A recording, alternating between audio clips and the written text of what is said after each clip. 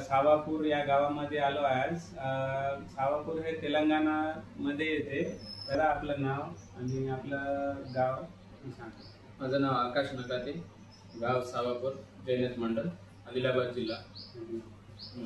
आपल्याला प्रॉब्लेम काय होता अगोदर? स्किन प्रॉब्लेम होतं.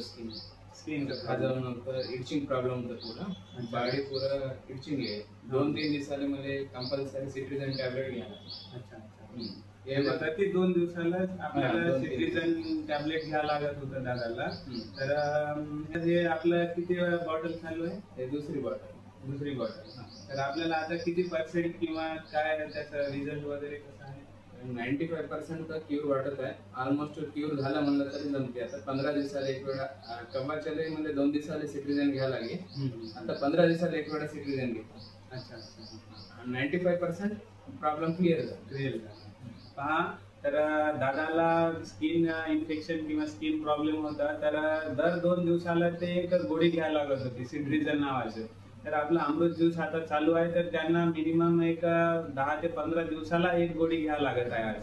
तर दादा, तुम्ही या अमृत ज्यूसने सॅटिस्फाईड आहात? फुल सॅटिस्फाय.